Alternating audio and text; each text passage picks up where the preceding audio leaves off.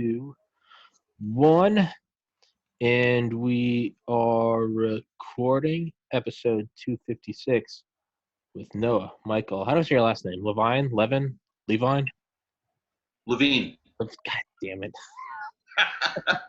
Well, that's the foot we're getting off on this. But for everyone listening, so I emailed Mr. Levine because I had looked at the title of a book, and I just, because trying to find guests for the podcast, I find books that I think are interesting, and I email the authors, and I guess I glanced at the Audible version, and I contacted you, and you were like, "Hey Tommy, like, glad you like the book. I didn't write that," and I was just like, "What the fuck?" And you were like, "I'm the narrator," and I looked at it and I was like, "Oh damn it!" And then I can't even take credit for this. You were like, "If you ever want a narrator on the podcast." And I stopped and thought, and I was like, dude, my Audible library, I shit you not, right now is at 1,077 titles. So, Damn. yeah, I haven't listened to most of them, but I tear through probably like 8 to 10 hours a day of audio. I love audiobooks. And I never thought about that. And I've become a bit of like a snob when I have on, I'll be like, this is a great book. I'll be like, narration is perfect. Sometimes like narration sucks.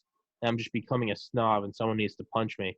But I never. No. Yeah. Look, it's all subjective, right? It's like some people love an actor's voice, some people don't. Yeah. And your preference is your preference. Yeah. It's all good. Yeah. And yeah, but so before I go in and start talking out of my ass even more so than I already have, how about you introduce yourself for all the good listeners? Okay. I'm Noah Michael Levine. Obviously, I'm a smoker, which is somewhat at odds with my profession. Yeah. I used to be a singer. Can't really do that much anymore. I've been narrating for about 7.5, 8 years. Got about 375 titles. Audio Award, Independent Audiobook Award. I've worked on some projects that just were incredible, and the other stuff, it's when publishers send you material to work on, regardless of how you feel about the material, as a narrator, it's your job to bring voice and performance to that text. Yeah. So that's the job. Yeah. And I love it. It's awesome. Yeah. So for like, how does one even, so in my simpleton mind, I'm like, oh, it's an 8-hour audiobook. It took 8 hours to record. But because nothing is that easy, but No. everything, right? You're like, that must be easy. And then, it's like, oh, working in an ice cream shop must be awesome. And then you go work at an ice cream shop and you're like, this fucking sucks. Right?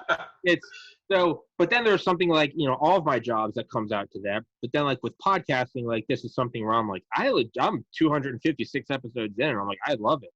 And there are, you got to, some of them are harder, but you got to bring it to life. And is it, what is it? What is the process? So what happens? How do they choose you? Is there a studio you go to? Do you do it at home? How do they tell when to do retakes? Is that your discretion to say, like, I need to redo that? What is it?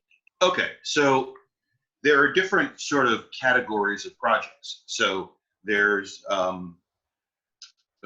publisher originated projects. So you've got Audible, Penguin Random House, Dreamscape, Tantor, Hachette, Simon & Schuster. There's a bunch of them, right? And so as narrators, we want to be on the radar of all of these publishers so we have an opportunity to work for them. Sometimes we get on their roster, sometimes we don't. Sometimes we get on their roster, but not on their radar. But so my career basically started out with Audible. And for the first several years, I only worked for Audible.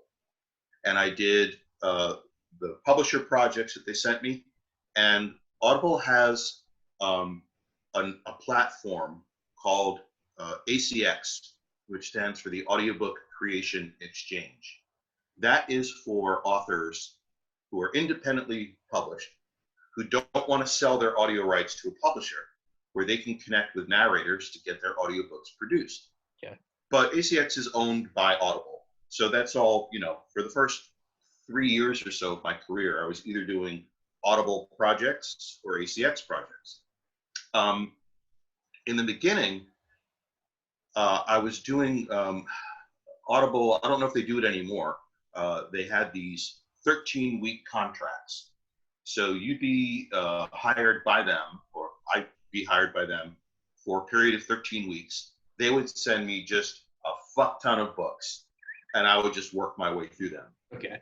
There was no like, I get to pick what I want. It's just what they send you is what you do. Yeah. Now, you know, they're great about it. If there's something that you really don't want to do, if there's something about the material that is, I don't know, at odds with your feelings or line of thought, you can say, you know what, I'd really rather not do this title, and we'll give you something else. Sure. So you go through the recording process, and typically it can take anywhere from an hour and a half to 2 hours to record 1 hour of audio.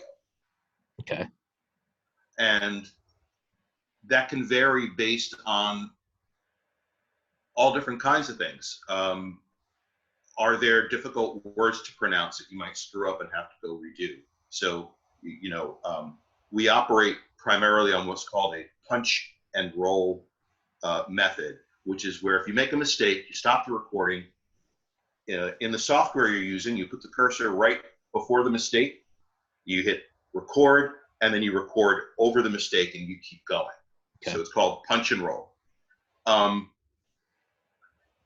Sometimes for whatever reason, material, as you're reading it on the page, there's a certain connection that happens between the eyes, the brain, the mouth, and your kind of awareness of all the different parts of the process working at the same time, where everything just really clicks. Mm-hmm.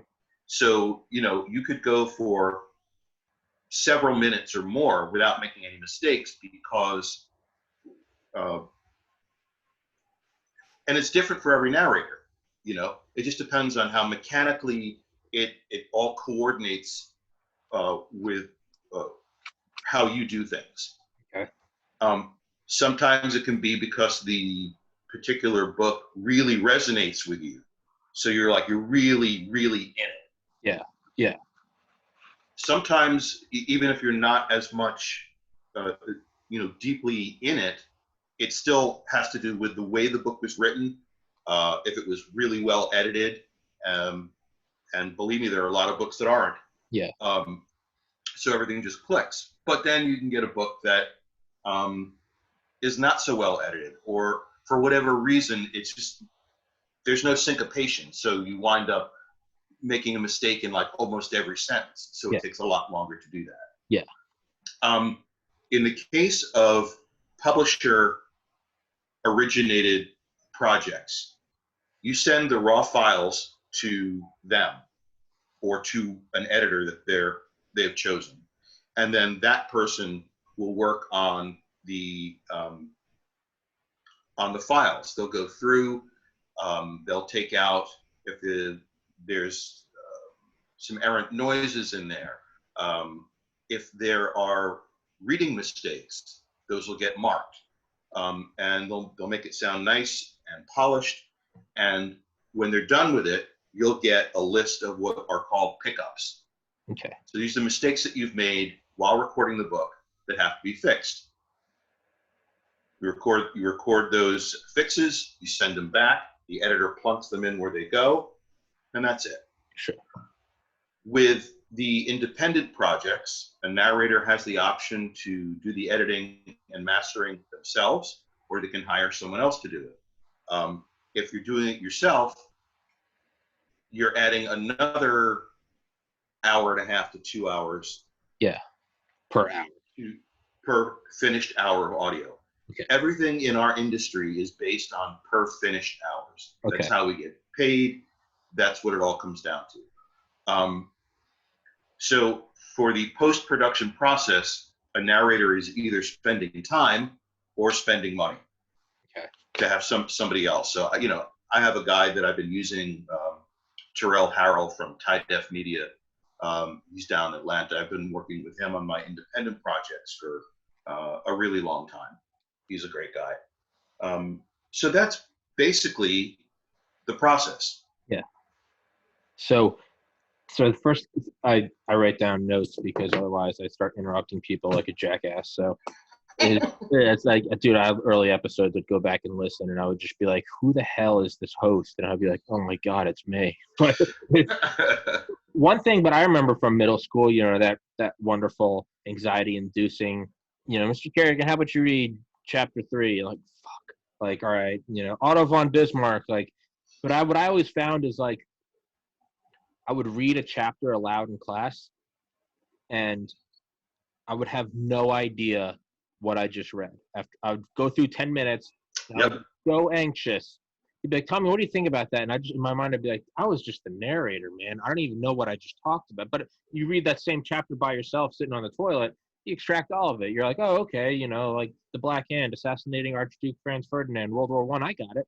But you read it aloud, and you're like, I might have just been talking about Jesus Christ of Nazareth or like a thermonuclear bomb in Bikini Atoll. Like, I have no idea. Does that happen to you? Do you extract everything? I mean, granted, are you interested? Are you hungover? Like, there's a bunch of different variables. Am I Right. Is this hour 13 of the day? But just in general. Okay, so narrating and reading aloud are not necessarily the same thing. Okay. So like I can't tell you, and this happens to most narrators. I can't tell you how many times people have come to me and they've said, so-and-so told me I have a great voice, and my kids love it when I read them bedtime stories. I want to be a narrator. And the thing is that there are so many different aspects of what it takes to be an audiobook narrator. Yeah. It sounds simple on the surface, but it's really not. Yeah. So what you're talking about, I totally get that. And I remember when I was in school, I was asked to read something aloud, and I've been acting since I was 9 years old, right? I'd still be like, yeah, right? Yeah. Okay, but as an audiobook narrator, you want to have some kind of background in acting, preferably theater, but doesn't have to be just theater.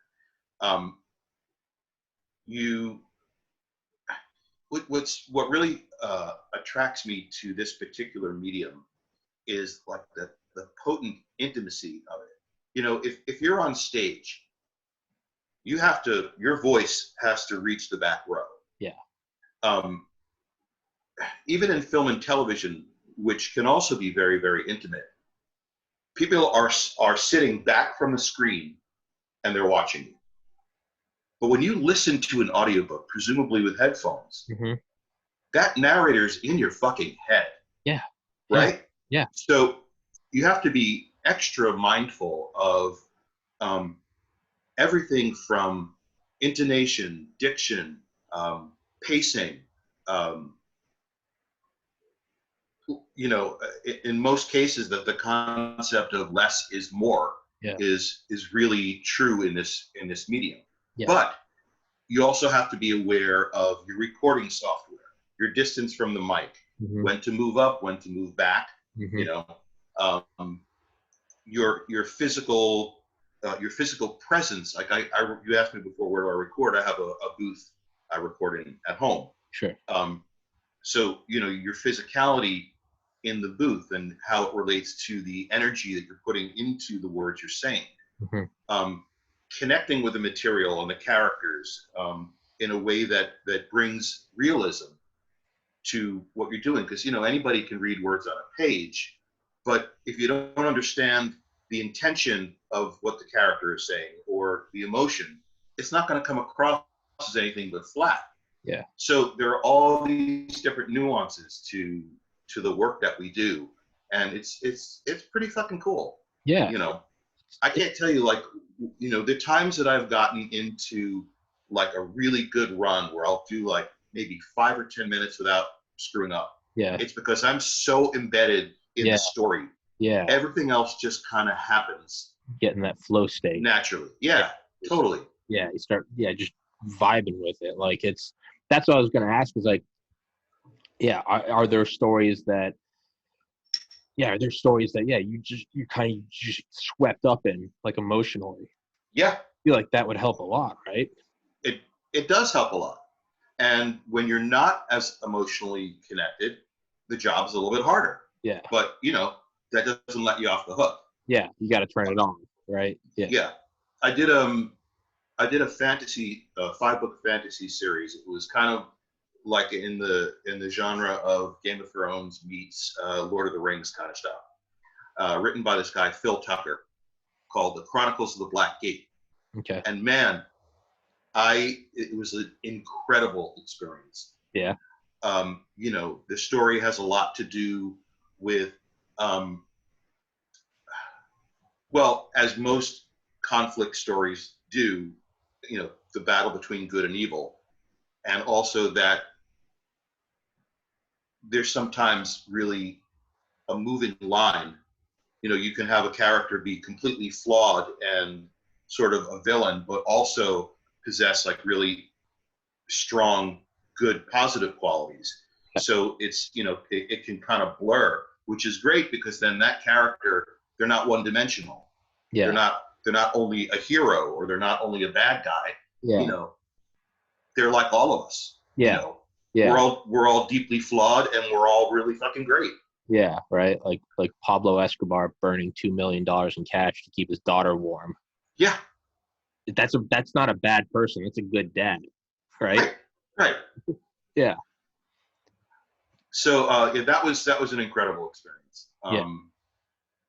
There was a strong religious underpinning to the storyline, and it involves basically a caste system of both humans and non-humans living in this universe that this guy Phil Tucker created, and how power is abused, and the real kind of genesis of without talking about God necessarily, about spirituality and what's the word I'm looking for? Metaphysics. In a sense, yeah. Okay. And then in a sense, yeah. And I was gonna say, so does it help? Now, does it help to read the book beforehand? Because I could imagine if, let's say, you're reading this like epic story, I'm looking at it, I'm projecting my own views onto it. Like sometimes I've had on guests that were just so fucking interesting. I had to go back and listen to it because like I wasn't there in person. I was like listening to them. I was like, holy shit. And like I had to go. So are there books where like they sweep you off your feet and then you go into it like, I'm going to narrate the fuck out of this? Or does it help to not know the story? And so it's a completely organic, like whenever I'll start chatting with someone and we're going to do a podcast and we'll be on the phone or email, I'll be like, stop right now, save this for the podcast. Cause I want a genuine reaction. I don't want some bullshit like, ha ha ha ha ha. I want to actually, I want to be like shitting my pants. Like, holy fuck, I can't believe that happened. Like, what is there any, does it help to read beforehand? Do you like to read it beforehand, or is not enough time in the day, or you're just like, dude, I gotta fucking read this book, I can't? All right, so I'll be honest, and you can't tell anybody this. So in the early part of my career, for the most part, I did not read books first. I like to go in there and I like to experience the book as a reader would. Okay. And that's like exactly what you were saying before. Like, yeah. I want to be surprised when the surprises come up. I want to be hurt when the hard parts come. Yeah. And, in some ways, if you know ahead of time what's happening, possibly it can alter your performance. Absolutely. But technically speaking, in this industry, we are supposed to read the books ahead of time. Yeah. So, and actually, in all honesty, that series that I was just talking about, I did not read in advance. I didn't I didn't decide ahead of time what character voices I was going to use. They came to me as I came upon the character in the book. Sure. And in fantasy books typically have tons and tons of characters. In this series, there were hundreds throughout the 5 books. Yeah. And that part it's fun, it's challenging. Nowadays, I try to be a good boy and do my prep work, or hire somebody to do prep work for me. But with some of the independent projects I do, I've been working with the same authors for a long, long time. And the books are part of series. So I really don't need to read those books or even skim them ahead of time. The author will send me a list of any new characters, and, it's interesting. With all the work that I did for Audible had, or maybe still does have, a policy that when you get hired to do a book, they want you to reach out to the author, say hi, and just introduce yourself. And I would always ask in my emails, are there any characters in your books where you hear a particular type of voice? If it's not described that they have a New York accent or they're from England, do you hear anything particular? And give them an opportunity to have some input. Most publishers don't have you do that.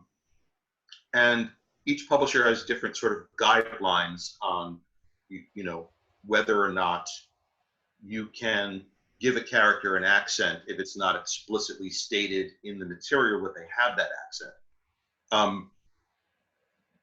And certainly with the independent projects, the author has a little bit more input than when you're working for a publisher. Yeah. It's one of the interesting things about audiobook narration. So when you listen to an audiobook, particularly fiction, and you're not reading the book, because I don't know, like, everybody's different. I don't read anything. I only do Audible. Okay. Read anything. All right. So people who read, and I am not a reader. Yeah. I've never been an avid reader. Yeah. I would imagine that some people, when they're reading a book and they're reading dialogue, they hear certain voices in their head to attribute to that character. Yeah. With audiobooks, you as the listener, you're being forced to accept our interpretation of what these characters sound like. Yeah. That's not necessarily a bad thing, but that's why you get good reviews and bad reviews, because sometimes a person, maybe they have read the book and now they want to listen to the book. Yeah. And when they read the book, they heard something completely different in their heads. Yeah. And you're making them hear your interpretation. Fuck you, right? It's right. I read this book, I remember I did read Harry Potter. I read that. Even then, I didn't read that till like 2014.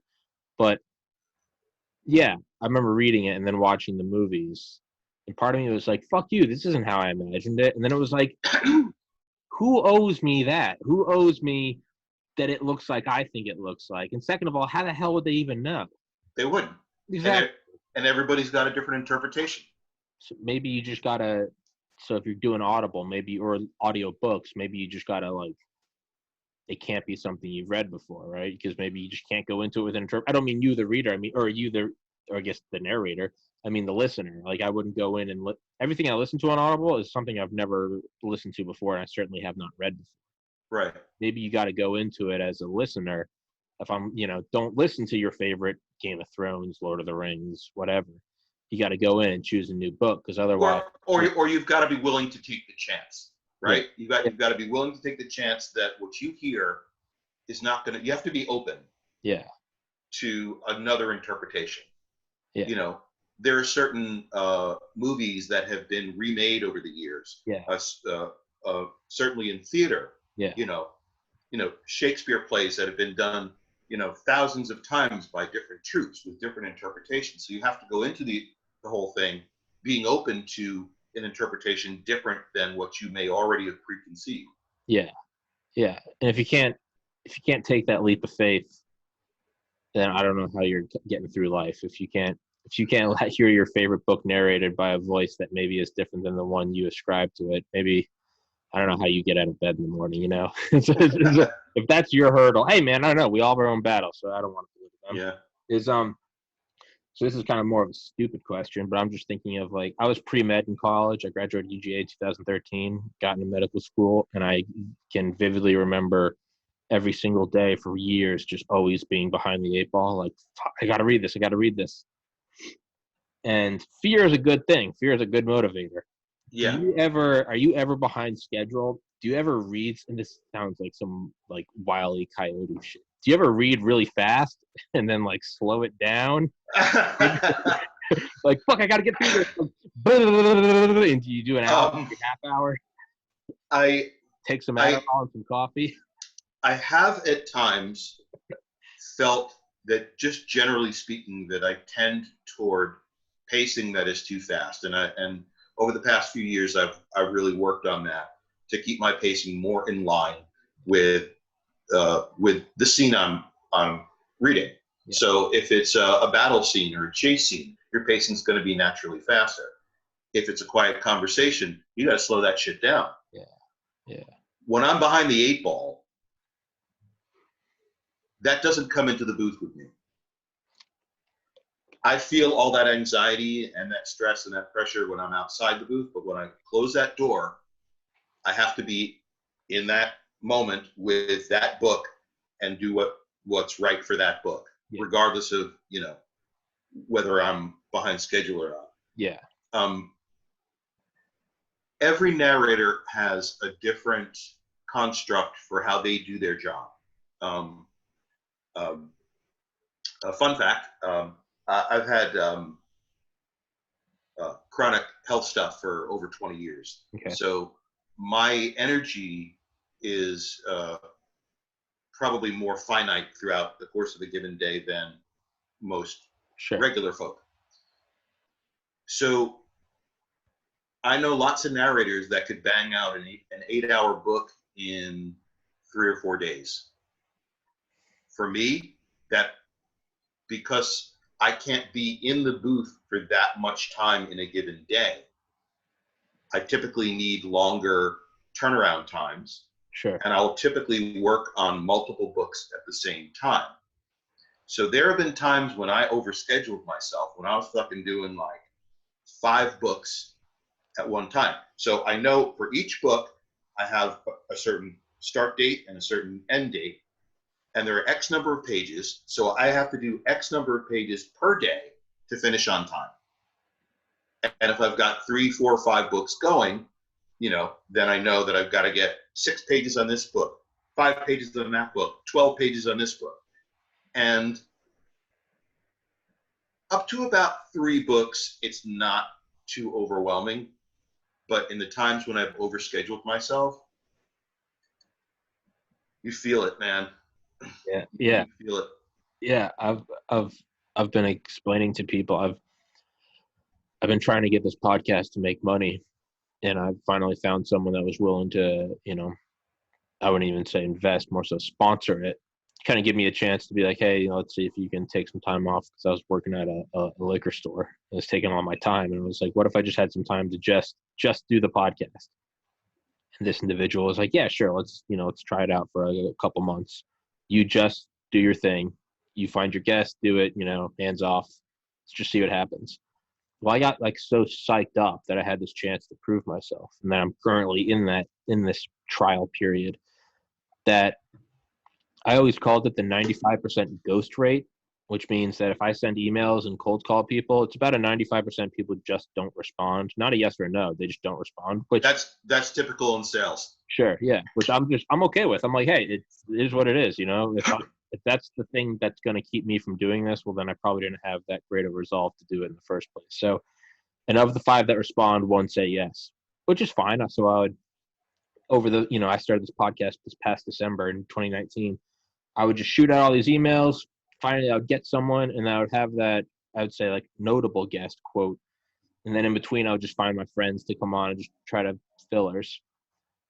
Well, for whatever reason, the stars aligned, and I sent out all these emails right when I got sponsored. And I was like, fuck yeah. And I sent out like 15 emails, which isn't even a lot. I did that in one day.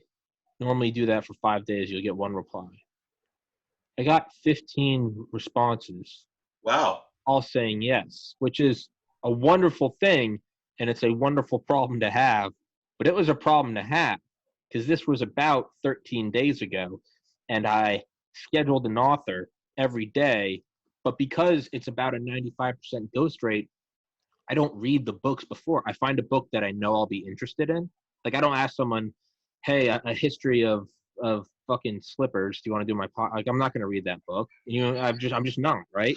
And not to hate on any slipper historians. But, you know, got them on right now. But like, there you go. But I find books like that I'm interested, like the book you've narrated, The Burn Pits. Like I just Cold War shit, spy shit, space shit, weapons, all that. I know I'll like it, but because I'm, at the time I was working at the liquor store, I got to do this. Like, I can't be listening to 95 books knowing that no one's going to respond. So I would just wait till I'm done, right? So have all these guests build up this whole story. I have all these guests that looks like a good book. That looks like, JFK, CIA, Vietnam War, bomber, stealth bomber. Okay, cool shit. Well, 15 out of 15 said yes. And I was like, well, I dug this hole. I'm going to climb out of it. In the future, I was like, I'm not going to schedule more than 2 authors a week. But I was like, right now, I'm going to put on my big boy pants, and I can't bitch about getting what I wanted. So all that story to say, I get what you're talking about when it's like, man, I am behind the 8 ball, and like, it's a simple mathematical equation where you're like, I have a guest tomorrow. They have a 20-hour audiobook. I just woke up at 7 a.m. This thing better be playing before I get out of bed, and it better be on 2x speed. Don't you dare! You go to the gym, you go to the store, you come home talking. You're in the shower. It's Lee Harvey Oswald got his Carcano rifle and went to Dallas, Texas, and you're just like brushing your teeth and stuff, and then it's like right before you come on, it's like Noah would like to join the podcast and pause. But yeah, I know. I would like to say I know what you're talking about, and like you just got to do it, and you can get it done, but it's certainly, I would say the quality is strained, at least for me. So do you have a sponsor you want to plug?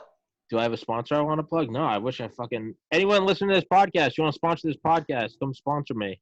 No, I have an investor, but no sponsor. I'm trying to get a sponsor, man. All right. Why?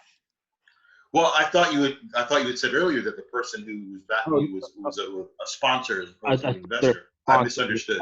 Sorry, no, they're sponsoring in the sense that they like it.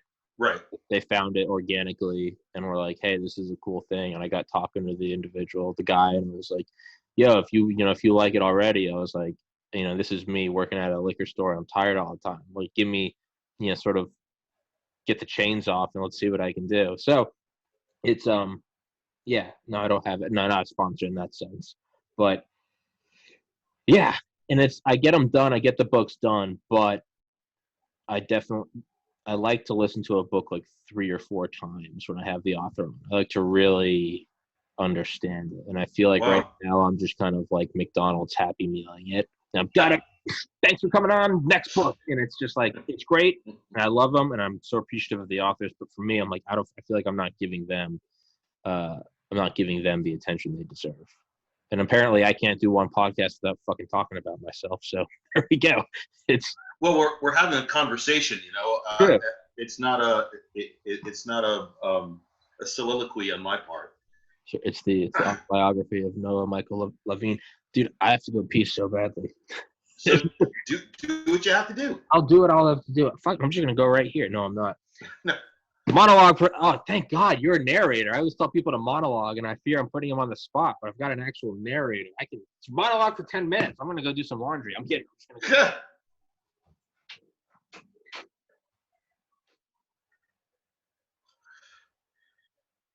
I got nothing.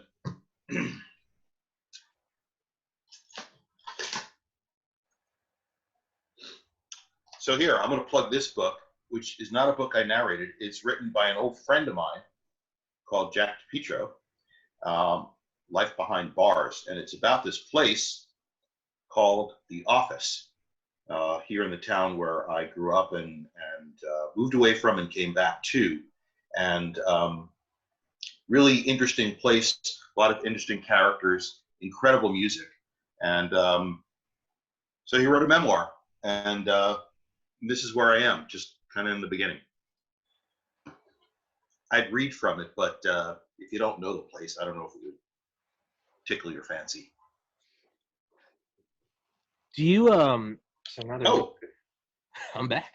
Well, hi there. Well, hey there.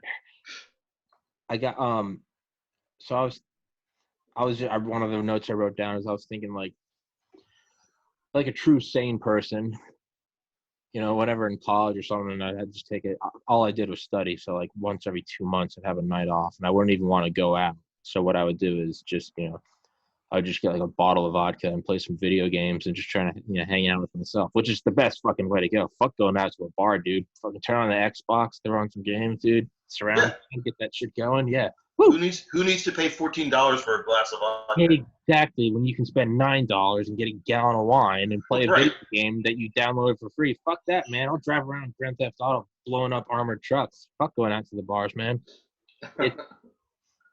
But sometimes, I would just find myself like, just if it was a game I played a lot, I would just start like reciting the lines. But as I got drunker, if I was smoking pot, I'd get really into it and I would just start like kind of narrating it. Do you ever get, I don't know if you can say this with like contracts and stuff, but do you ever get like a little tipsy or like a little fucked up before like narrating? Like, is there any certain, okay, like slurred words, I guess. Yeah. I'm a vodka man myself. I mean, that's my drink of choice with one colossal green olive stuffed with blue cheese. That's what I drink at night, pretty much every night. Yeah. But I never drink before or during working because it just wouldn't be it wouldn't be doing right by the author or the listeners. Sure. If you ever got to a point where, let's say, you were completely set and you just took books, like a Leonardo DiCaprio or something, right? He does the film he wants to do. If you ever got to a point where you could just do the book you wanted to, would you ever like toy around with that? Not even in a sense of like, let's get high before work so the job's less shitty. Like, could it be performance enhancing? Maybe like, take a shot of vodka. Like, if you get more into the emotion, smoke a joint, could you get more into the sci-fi world? Could you see it in your mind? I mean, and I'm being hypocritical because I've done 256 episodes sober. And if you ask me what I do, I'd be like, no, that's going to fuck it up. So I don't know why I'm pushing it on you. It's an interesting question because in an earlier portion of my life, I had a band. I had a band for about 8 years. This goes back to the early to late 80s. And we worked hard and we got a record deal and we lost a record deal. And that was kind of the end of things. And we played a lot of live shows. And yeah, I would drink during live shows. Yeah. That kind of performing, as long as I didn't go too far with lubrication, it actually, I think, at times did enhance the performance because being on stage in front of people is a very different experience than being in a recording booth, right? And plus, when you're playing a live show in a bar, everyone else is drinking, so there's a little bit of symbiosis going on. Mm-hmm. But I've never brought that into narration. So I guess the answer to your question is, in certain circumstances, maybe yeah. For my particular circumstance of narration, I don't think so. Yeah.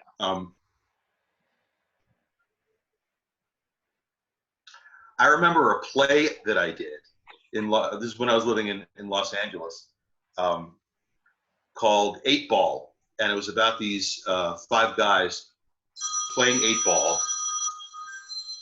A call from Alhambra. I don't know anybody in Alhambra anymore, anyway. Mr. Alhambra or Mrs. or wherever the hell you're from, please stop interrupting this podcast. It's very rude. We're talking. Fucking people from Alhambra, I swear to God. I'm telling you. They're all the same. So we literally built a bar and brought in a pool table. Yeah. And we got smashed every fucking night doing that play. Yeah. But I feel like you have to for some things, right? Well, I guess every actor has a different thought or feeling about how they approach their craft. Yeah. There's method acting and there's other types of factions in the acting world of how to study Stanislavski and Lee Strasberg and all that, and everybody has a different thought on it. You look at a guy like Richard Burton, who was an incredible actor, and the stories you read of him being drunk on set. Yeah. But then you got a guy like Orson Welles, who was probably an alcoholic, who couldn't get through a scene because he was so drunk. Yeah. So who knows? Yeah. But it's not something that I could do with audiobook narration. Yeah. Yeah. I was thinking. Yeah, I was imagining for like some scenes, maybe you'd I don't know, like really like an emotional scene, right? Like a drama or something. Maybe a couple drinks would help you feel it more, right? Because you ever watch like a movie you've seen a million times sober, and it's like, whatever, it's kind of funny or whatever, and then you watch it like shit-faced with your friends, and you're like, never have I been so moved by Will Ferrell and Anchorman, and it's just like, it's because you're just getting half the bag, and it's like he's not doing any emotional acting, but you're just like, I fucking feel for you, like, but it's like, I don't know. I was just, and again, being a total hypocrite because I don't even drink anymore. So like, I'm saying you should do that. And meanwhile, if anyone told me to do it on this, I'd be like, you're gonna ruin my podcast. Fuck off. I don't. Being a bit older, and hopefully wiser, and in part that means the older I get and the more I learn, the more I realize I don't fucking know. Yeah. I don't party the way I used to. Sure. Not at all. No one can. Well, people do. People, but I guess very few do it gracefully. Right. It's not. Yeah. Gracefulness does not go hand in hand with getting fucked up. Yeah. You could definitely keep doing it. Like my uncle or dad, like they could go to the bar and but like at what point are you like, dude, this isn't sexy. I'm not 19. Like this isn't like party every night. This is like, do you have a problem? It's like, what are you doing? It's like, dude, we're just fucking living for the moment. It's like, you don't pay rent. What are you doing? YOLO, and it's like your car is owed. Like your parents are worried about you, man. Like you don't have health insurance. You're like, Thirsty Thursdays. And it's like, you are a disgrace. It's but like I don't want to. Okay, yeah, still got you first. If we had done this podcast like at 8 p.m., I definitely would be having my cocktail while we're talking. Yeah, that's fine, dude. People drink on here. People smoke on here. I don't give a shit. I don't have any hate for it, man. Do it. It's so because a lot of guests are just audio, and I think that's me just overlapping my ability to study that I just grind it into my brain from being pre-med in college.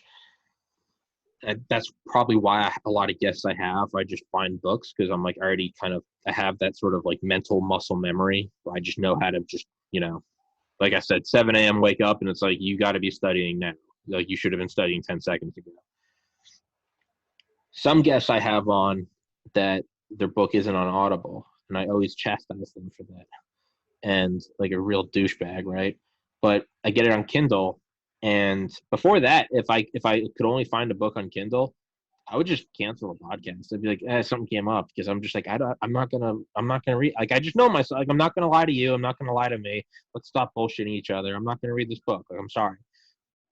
But once I found it on Kindle and I realized you can get your iPhone to read it to you, that kind of opened it up more to who I could have on, because I would just have my phone read it to me. And it's in that really shitty robot voice, like Right. chapter 1, it was a sunny day and it's all off tone and shit, and it's really kind of uncanny valley-ish, but it gets the job done and I can listen to it.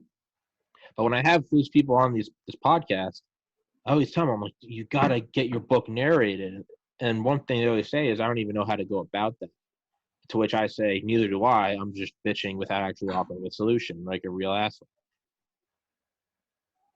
What is and I know you explained this earlier, what is the process that like they would get in touch with you? Is there all right, so an avenue? If I just said, hey, so, I got you a narrator, put your goddamn book up. there are different routes that an author can take, right? An author can sell, well, okay, it also depends on, are they an independently published author, or was their book published by, a big publisher, medium-sized publisher, whatever. So that's one thing. Their contract, for if they are with a publisher, their contract may or may not include audio rights. If the contract includes audio rights, then it's sort of in the publisher's corner to get that book made into audio. If the author is an independently published author, or the audio rights are not packaged in with their contract with the publisher, then they can either A, try and sell the audio rights to that publisher or to a different publisher, or they can produce it independently on their own through the platform I mentioned before, which is ACX, Audiobook Creation Exchange. There's another company called Findaway Voices, and there are dozens and dozens of narrators like me who are also producers. So if you're an indie author, there are forums on Facebook where they can join to try and connect with narrators. They can scroll through samples of similar books on Audible, similar books to theirs, to listen to the voices that narrated those books to see if a voice kind of clicks for them. And then most of us have websites, so we can be found. So that's another way to go about it.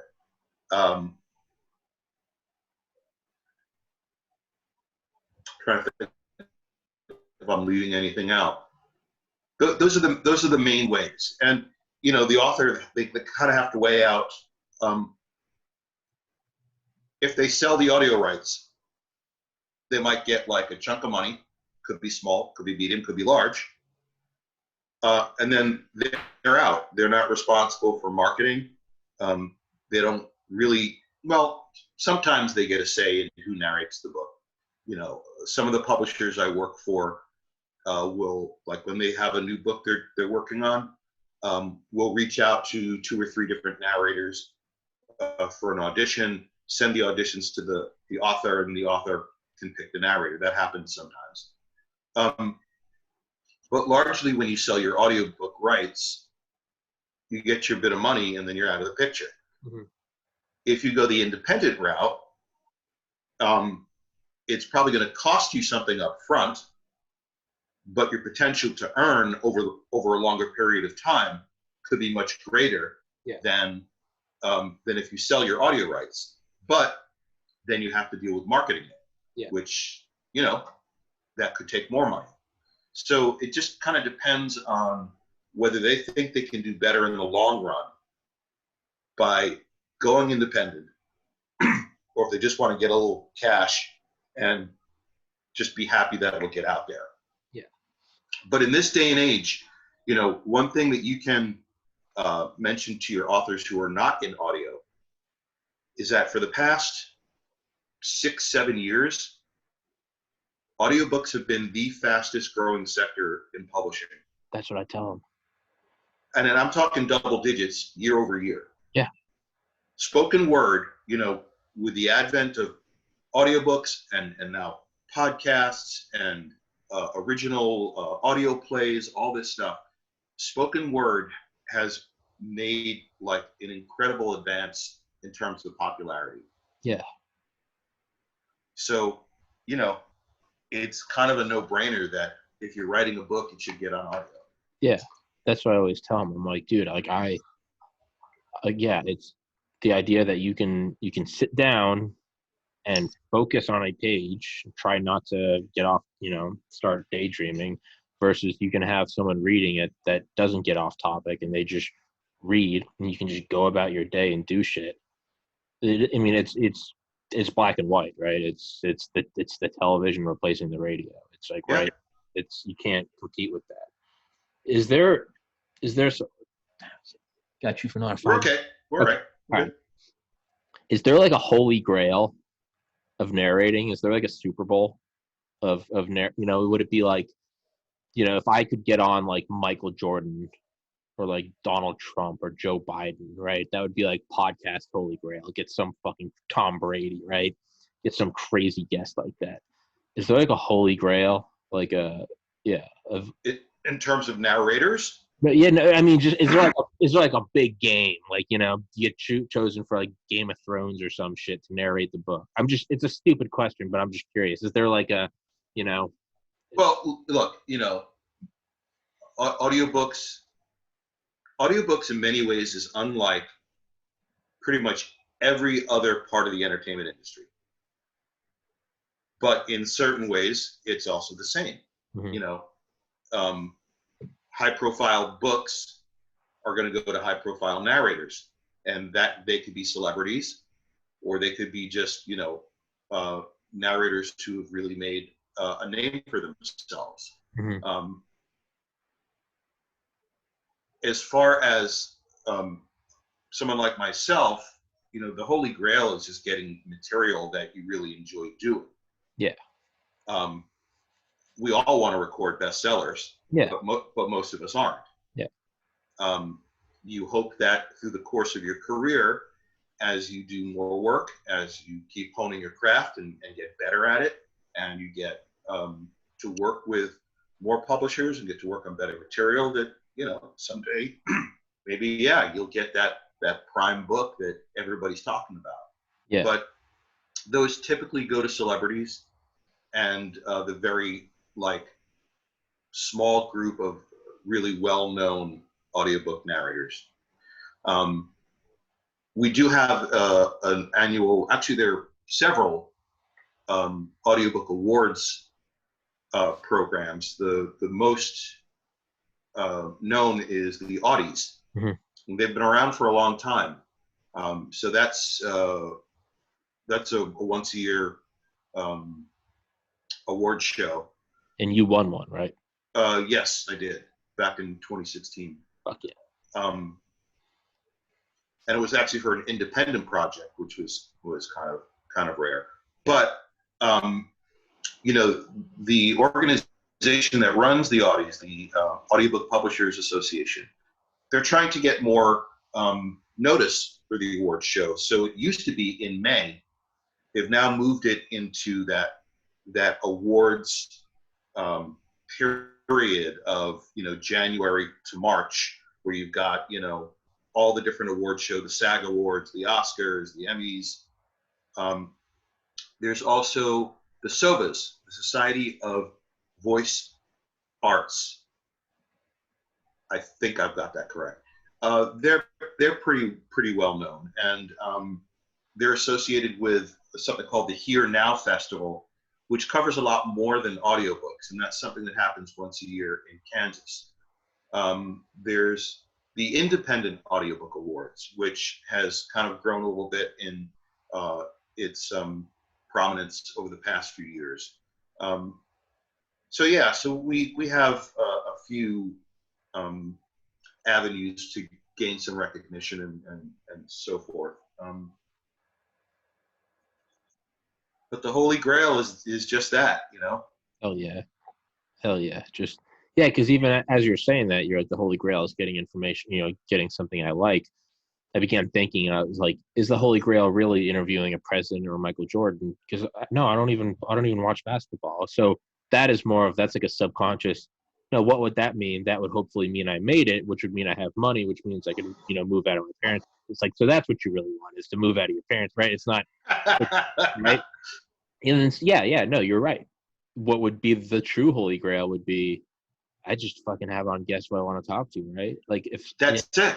yeah, That's it. okay. I recorded a book a few months ago that was just so beautifully written and tragic. It was a dual narration, so each chapter changed POVs. It's called Cherami and Major Whittlesey, and it takes place during World War One. And you got this guy, this wealthy guy, who lives in New York. He's gay, but he's in the closet, and he winds up joining the army and becoming a leader. And he gets sent over to Europe, and basically his battalion gets trapped, and it's just horrific, the death that they're dealing with, and his own internal struggles. The other part of the book is from the point of view of a carrier pigeon named Cherami, because Cherami is instrumental in helping to get this battalion saved. Yeah. But it was just so beautifully written, and I got to work with a really great director, which I've only worked with directors twice in my career, and to not have to worry about all the things you have to think about when you're narrating by yourself, to know that you're in the hands of this director who's listening to you, and they're gonna stop you when they think you could do something a little bit better, and they're not gonna tell you how to do it, but they're gonna say, think about it like this.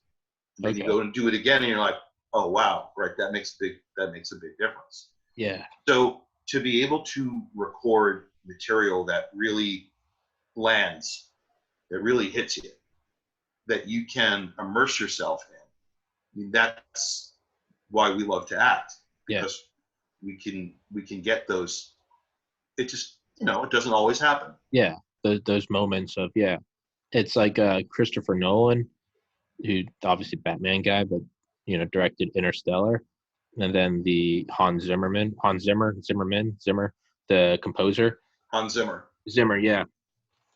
There's like a cool like behind the scenes like video or whatever, it's on YouTube, and it's he didn't want to tell Hans what the movie was about, so he gave him the script to the first chapter, and I guess in the script of the first chapter, nowhere does it mention space or stars or black holes. It just mentions like it's really right. Well, the whole first act is it's dust and dying crops, and right. So you have no idea that this is going to lead to some interstellar time bending thing. Yeah. So he gave him the script, and it was just like a dad talking to his daughter. Yeah. It shows him composing like you'll notice it as soon as you hear him start it, and he's kind of reading it, and he's getting the vibe, and he made this thing, and he's like, yeah, this is what it is. And he was like, this is what I want for this like dad-daughter relation. And apparently Hans Zimmer was like, man, you could even do this for like deep space. And it was just like he clapped, and he's like, that's what it is. And it was like, I was like, man, but yeah, that's how you get that real, that authentic, like, because you didn't know anything. And I was gonna say about like back to like celebrities, is like, man, like as I get older and like watch more movies, I'm realizing that like unless it's a comedy where like I just want to laugh like a moron, I actually don't like seeing famous actors, because how much of me is like, oh, that's the actor, versus like how much of me is like, this is about World War II. Instead of like, oh, there's Tom Hanks. Instead, it's like, holy shit, this is D-Day. When you said like celebrity voice actors, like, no, fuck that, man. I would much rather have some like you. Like I've never even looked at the name of a narrator before, and like now I've talked to you, and I know you. But like when I'm listening to a book, like I don't want to have anything I don't want to have like a mindset of who the narrator is. Like I really do just want like that third person, like God's eye view, just telling me the story. Like all I want is they are Right. delivering the information to my cerebral cortex. Because if you're listening and you hear Matthew McConaughey's voice, Yeah. you're thinking Matthew McConaughey's reading a story to me. Yeah. I'm not experiencing it in the same way I would as if I didn't know who the person was. Yeah. But the other side of it is that for a high profile book, celebrities bring sales, and Yeah. Yeah. audiobooks are a business like any other. Yeah. And I guess once you get to the high profiles, it's everyone's just a whore. So I get it. You know, if I had this big book and they're like, you can quintuple your sales, I'd be like, fuck yeah, have Well, whoever. but in situations like that, though, you know, in a high profile book, that's not an independent project. I mean, the only author I know of who does independent stuff at times is Neil Gaiman. But, I think Neil Gaiman also does publisher oriented stuff. But, if you're an author with a high profile book, you're selling your audio rights to the publisher who's going to make the book. So you're going to get the same amount of money regardless of who's narrating it. And as an author, I'm sure it's an added like little tickle of the benefit to know that, Tom Hanks read my book. Yeah. But also you probably just want the right voice who's going to bring your characters to life. Sure. In a way that's true to the material. Sure. Yeah. I mean, that makes sense. Now, you said, sorry. No, go ahead. You said at the beginning, you were like, I'm a smoker, and that's, contradictory to my work. Is it though? Like, is there like can you develop, are there certain characteristics and qualities of voice that maybe you can only get after years of reading and singing and being in a band and being an actor? Maybe there's a certain thing where it's like, you don't want me going like, and once upon a time in my high-pitched shitty voice, maybe you want a little crumble. Okay, I first, before I answer your question, I would say, kids, smoking is bad for you. Smoking is really, bad. really fucking bad. Don't smoke. It's bad.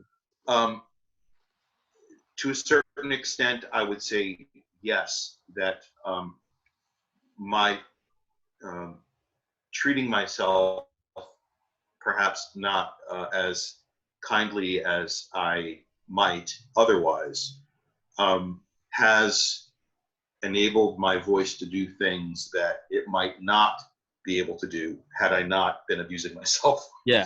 The type of gravel that I can get to is much more, is deeper, it's maybe more effective. The converse side of that is that I also can't go for as, apart from my energy issues. Sure. I can't talk for as long in the booth as I would had I not been a smoker. Yeah. So, yeah, it's a trade-off. Yeah. Yeah, I was gonna say maybe like a Charles Bukowski. If you're watching any videos of him talking, it's just like the most gravelly, just like that guy. Yeah. That guy's just had like a rough go. Yeah. Yeah. I don't know. I was gonna say, for everyone listening to this podcast, they know my guilty pleasure is I just fucking love UFOs. I love everything about them, and I'm just that's just my guilty. I'm like, fuck yeah, flying saucers, different planets, but hey, that's what I dive into. There's a book, one of like the original UFO books, called The Day After Roswell. It was written by Colonel Philip J. Corso back in he was there in 1947 when this, so allegedly crashed. But not even getting into it. It is such a great story, whether or not it's real, whether or not it's full of bullshit, probably more towards the latter, but I don't care. I want to believe. That is the only book I have ever listened to. And I'm sorry to the narrator, I'm sure you're a nice person, is the worst narration I have ever heard of. There are some that I don't like as much. There are some where I'm like, that kind of takes away from the story.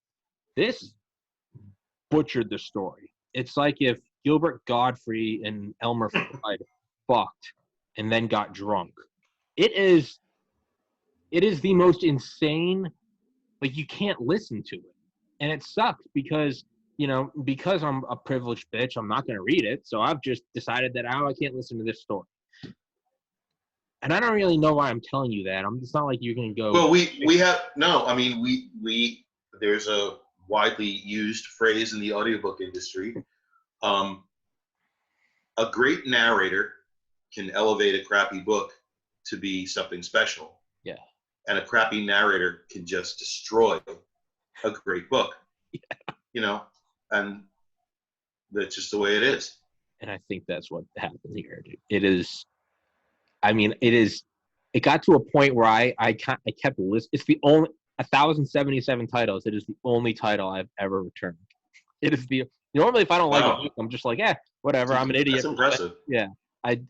Not only that, I returned it, and a year later I bought it again and gave it a second shot. Got about 10 minutes into it. I just said, fuck it, I can't do it. And so I returned it twice. It is horrible. It is just like, there we were. We were in the middle of the desert, and it was shiny, and wow. And I was like, what the fuck am I listening to? I was like, do you happen to know if it was an independent or publisher project? I don't know. And I would kind of feel bad if I look up the person and say their name. But, like, I kind of... All right, hold on. I'm going to look it up. The Day After Roswell. The Day After Roswell. Okay. Let's take a look at this. Roswell audiobook. Let's see. Day After. We don't have to say anybody's name. No, you can say it. I don't care. The Day After Roswell. There it is. Yeah. I kind of feel bad. I do not know. I do not know this narrator, and I know a lot of narrators. Now let's see how this was produced. Yeah, I'm not going to say their name because I would just feel like a bully. Because it is a great book. So this is interesting. So this was published by Simon & Schuster Audio, who is one of the biggest. Yeah. And yeah. What not necessarily in terms of output, but in terms of quality. Yeah. So I find that interesting. Very interesting. Dude, I'm telling you, hey man, maybe there's... But here's the thing. So this goes back to what we were saying before, right? In the very beginning. So this book has 858 ratings and 4.3 stars. That's some bullshit. So, it's all subjective. Let's see. Is that now what are you looking? So do I need to look at the ratings for? Are we looking at different ratings? Like, because I'm sure people that read the book liked it. This is specific to the audiobook. So I'm on Audible. Okay. And right here, you see those stars and the number of ratings? Well, fuck me. Apparently, yeah. I'm gonna pull it up on Audible too. The Day After Roswell. Yeah, it's now, and there are a bunch of written reviews as well, and you might find if you, in spite of the very high number of very positive ratings, generally speaking, people are, well, I shouldn't say that. Possibly people are more willing to actually write a review when they're unhappy than when they're happy. So I'm just scrolling through, some of the reviews, and I'm getting the sense that there are people who agree with you.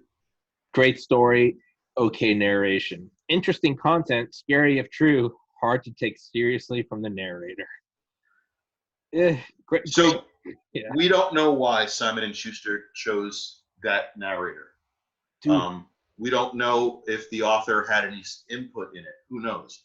Maybe that's what they... Have you ever heard that guy speak, the author? I believe the author is dead. Philip probably. Yeah, I believe because I think he was a general in Eisenhower's White House. Yeah. Okay. But I think that guy's dead. So who knows? It is. I'm going out of my way to bring this up because I couldn't take the narration and I had to exchange it. This is a fantastic read, but good Lord, I can't not listen to it. Yeah, I mean, I guess I almost like and you, have and, to. you, and yet the overall ratings are Sure. 4.3. And if you've got an overall at Yeah. 4 or above, Yeah. And there then who am are I to enough people bitch? out there. Yeah. Well, you are a consumer just like anyone else, and you have a right to your opinion and your preferences. Yeah. This is what we are talking about in the beginning. Yeah. I think I'm just disappointed because like I want to listen to the book. I mean, that's what it is. I'm just being a child. I'm like, okay, well, if I really didn't like it, why don't I just read it? Oh, I don't want to read it. Well, I clearly just explained how I can put it on Kindle and have the robot voice read it to me. I mean, what I'm being is I'm just being a child who needs like a warm glass of milk and a nap. That's what it is. I'm just being a bitch. But because I think you're being too hard on yourself, sir. I think you're being too hard on yourself. I think if you listen to this book, you would say that I'm not being hard, or you would say, No, yeah, it's look, this was something. Look, you said that you're really into this type of material. You're really into UFOs, yeah, right? yeah, And here you've got a first-person account yeah, of what started, the whole thing, yeah, yeah, in modern history, yeah, right? And you wind up with, Gilbert and Elmer yeah, drunk and fucking, yeah, yeah, and it's just who wants to watch that? And maybe I'm being a complete hippie. Are you into ufology? I am to a certain extent. Because Yes, I am you said absolutely. you said the first thing that set it all off, and I was like, I didn't mention that. This guy knows about Roswell. Well, It's okay. It's okay. It's okay yeah. to enjoy it. Yeah, I am. It's I have been saying uh, for a few years now that what we really need, this would be a great time for the aliens to show up. absolutely. Like, the kind that are, hundreds of thousands of years more advanced than we are, not the kind that's just going to wipe us out. Yeah. Because, we that would tell everybody on this planet we're not alone. Mm-hmm. That would make us understand that our place in the universe is not what we think it is. It might make people a little kinder to each other. If there was something greater out there that they could see, that's a kind of humbling thing. Yeah. So, yeah. Yeah. As if there's ever been a time for them to show up, it's 2020. Yeah. They could show up right now and they wouldn't even be the main act. It'd be like flying saucers. We'd be like, dude, there's a pandemic. There's a contested election. Kobe's dead. It'd be like, get in line, man. Like, Right. they'd be like, no, we come in peace. And it'd be like, cool, please put your mask on. Right? Like, fuck off. But yeah, dude, the guy I had on yesterday, Larry Holcomb, I've had him on 3 times now. His audiobook, or he's the author, Presidents and UFOs. That one is if you enjoy UFOs, that one is about as unsexy, and that's why I love it so much, is because it's very raw facts, just quotes from sitting presidents and generals talking about this issue, and that's why I like it so much, because it's a scientific recap of, it's Right. Harry S. Truman while in office, flying saucers, given that they exist, are not created by any power on Earth. Gerald Ford, I don't think the Air Force is telling everything they should be telling us about flying saucers. Jimmy Carter, I know flying saucers are real because I've seen one. Jimmy Carter asked when he was out of office, what was it like to be the most powerful man in the world? And he said, I don't know. I never was. I don't know, man. But again, I love that shit so much. Yeah. I will go through cognitive dissonance to make myself believe it. I'll be like, no, it's a conspiracy. The CIA has a gun to his head. It's all true. So I don't know if I'm the best person for it. But this podcast has been a successful podcast because we've ended up on UFOs. And to me, that's a sign of That's always a good thing, right? if me and the person vibe and we let our guards down and I'm comfortable enough to say, hey, I fucking love UFOs, that means that we've clicked. So I appreciate it from you. Excellent. I would love to have you on again sometime, man. Absolutely. Great I would talk. love that. Love to pick your brain. This is And how listen, we do it. Yeah. For your authors who are not on audio. Yeah. Can I give them your email? Please feel free to give them my email. I'm not saying that I'm trying to narrate all of those authors' books, but if I can get them pointed in the right direction, I know a lot of narrators. I know a lot of narrators who are also producers. I know some people at the publishing companies, but I'm really passionate about audiobooks, as I know you are. Yeah. And if I can get them at least started in the right direction, I'd be happy to do that. Absolutely. So, Absolutely. No, and I was going to recommend them, be like, just get you to narrate. I'm like, there's nothing wrong with getting work. No. Yeah. But I also don't want to present it like all I'm in this for is to get more jobs. Sure. Okay, I got you. Yeah. I'll because I can. I probably got about 15 I can, and yeah, I'll give them your email, and then I'll ask any of them like, hey, can I give him y'all's email, and I'd absolutely love it, man, because I would just I would love to see their books up, so that would be awesome. I got a guest on after this who actually needs his book on Audible too. I have him on all the time. I'm gonna get him to, and I'm friends with him, so I'll be a little more rough. I'll be like, Roger, bitch, email this guy. But Roger Williams, he wrote my favorite book, The Metamorphosis of Prime Intellect. It's a sci-fi book. It's probably the only fiction book I've read in the last 5 or 6 years. It is my favorite book, and it's not on Audible. It is. I love it, and everyone that's read it has come back and said, this is my new favorite sci-fi book. It's insane. Well, he's got to get on Audible then. He absolutely does. But yeah, I got that, and I got to finish. I got to finish a 20-hour book from today.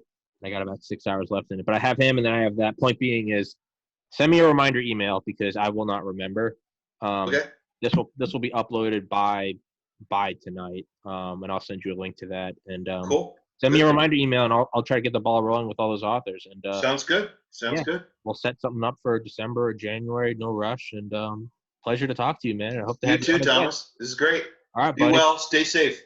You too. Happy Thanksgiving, and thank you. You too, everybody. All right, man. Right on. All right.